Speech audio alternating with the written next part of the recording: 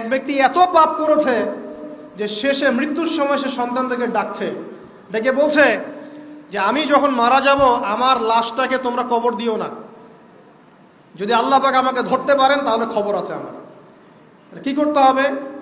সে বলছে যে আমার দেহটাকে তোমরা পুড়িয়ে ফেলবে এবং পুড়িয়ে ফেলার পরে ছাইগুলোকে একত্রিত করবা, করে অর্ধেক ছাই সমুদ্রে ভাসিয়ে দিবা, অর্ধেক ছাই বাতাসে উড়িয়ে দিবা। সন্তানরা তাই করলো। মৃত্যুর পর আল্লাহ পাক এই সমুদ্র এবং জমিনকে বাতাসকে আদেশ করলেন যে তোমরা ছাই জড়ো করে দাও।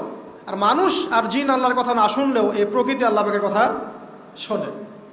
বিজ্ঞান বলে প্রকৃতি থেকে সব হচ্ছে। কি প্রকৃতি? প্রকৃতি কি, কাকে বলে? মানুষকে আল্লাহর ইবাদতকে বাদ দিয়ে প্রকৃতি পূজায় নিয়ে গেছে। এই পুরো প্রকৃতি আর মহাবিশ্বে এক আল্লাহর ইবাদত করে। কে সৃষ্টি করলো প্রকৃতি? প্রাকৃতিকভাবে হয়েছে সবকিছু বলে, আল্লাহ থেকে হয়েছে বলা যাবে না। বললে আপনি মৌলবাদী হয়ে যাবেন। আল্লাহ শব্দ ইউজ করলে আপনি মৌলবাদী হয়ে যাবেন। ধর্মতাত্ত্বিক শব্দগুলোকে আস্তে আস্তে উঠিয়ে দেওয়া হয়েছে। দেখবেন যুক্তি, বিজ্ঞান, দার্শনিক শব্দগুলোকে আনা হয়েছে। এটাও টেকনিক্যালি করা হয়েছে। কোন সেকুলার মিডিয়াতে আপনি দেখবেন না ইনশাআল্লাহ বলছেন। ইনশাআল্লাহ প্রমাণ করবে যে আপনি আস্তিক না নাস্তিক। তো প্রকৃতিকে আল্লাহ পাক আদেশ করলেন, এই সমুদ্র ছাই জড়ো করো, এই বাতাস ছাই জড়ো করো। তারা ছাই জড়ো করে দিল। এই ব্যক্তিকে বলা হচ্ছে তুমি জীবিত করে আল্লাহ পাক বলছেন তুমি যে এই কাজটা করেছিলে, লিমা ফাআলতা হাদা, তুমি এই কাজটা কেন করেছো? তখন এই ব্যক্তি উত্তর দিচ্ছে, মিন খাশিয়াতিকা ইয়া রাব্বি ওয়া আনতা আ'লাম। হে আল্লাহ, আমি আমার বুঝে যা এসেছে আপনার ভয়েই আমি এই কাজটা করেছি, আর আপনি খুব ভালো করেই জানেন যে আমি আপনার ভয়ে করেছি নাকি অন্য কোনো কারণে করেছি। মানে আপনি আমার মনের কথা জানেন। আল্লাহ পাক তাকে মাফ করে দিলেন। আপনাদেরকে আমি সেই ব্যভিচারী মহিলার কথাও মনে করাই, যে ছিল একজন প্রস্টিটিউট মহিলা, পতিতা, যেটা আমরা বলি সমাজের ভাষায়। যদিও এখন নতুন শব্দ এসেছে সেক্স ওয়ার্কার বা যৌনকর্মী, এবং এগুলোকে আমরা এখন প্রমোট করছি। আমরা এখন অশ্লীলতাকে প্রমোট করছি। এই কথা বলতে আমাদের বুক কাঁপা উচিত নয় যে আমরা এখন অশ্লীলতাকে প্রমোট করছি। আমরা এখন কাপড় খোলার সংস্কৃতির দিকে যাচ্ছি। যে কাপড় খুলে দিয়েছিল ইবলিস। ইবলিস আমাদের বাবা মার কাপড় জান্নাতে খুলে দিয়েছিল, এটা কি জানেন? ফল খাওয়ার পরে এই ফল খেতে কে প্রলুব্ধ করেছে? ইবলিস।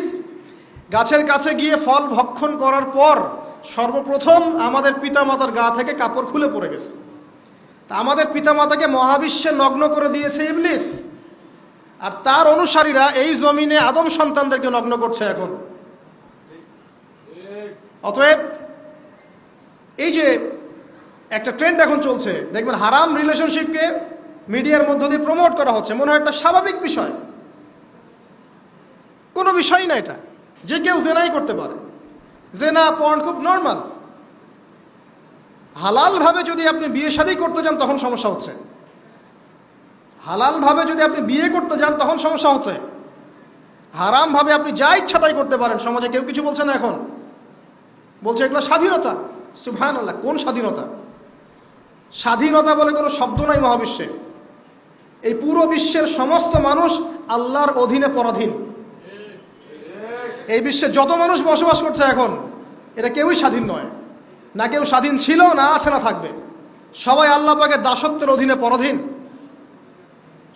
স্বাধীন সেই এই পৃথিবীতে যে ব্যক্তি শয়তানের তাবেদারি করে, ও নফসের তাবেদারি করে, ও তো স্বাধীন, যা ইচ্ছা তাই করতে পারে। এই যে অশ্লীলতার প্রমোটিংটা চলছে, এটাকে পারিবারিকভাবে বন্ধ করতে হবে। আল্লাহ পাক আমাদেরকে বোঝার তৌফিক দান করুন।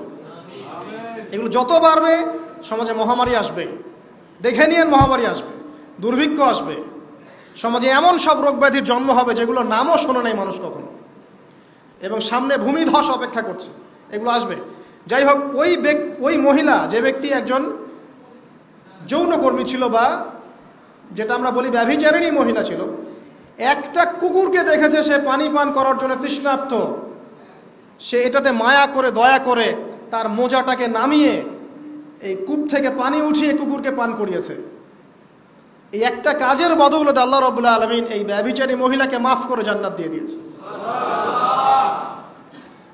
হাদিস এটাও এসেছে, নবী সাল্লাল্লাহু আলাইহি ওয়াসাল্লাম বলেছেন, ইরহামু মান ফিল আরদ, তোমরা সবাই জমিনবাসীর প্রতি রহম করো।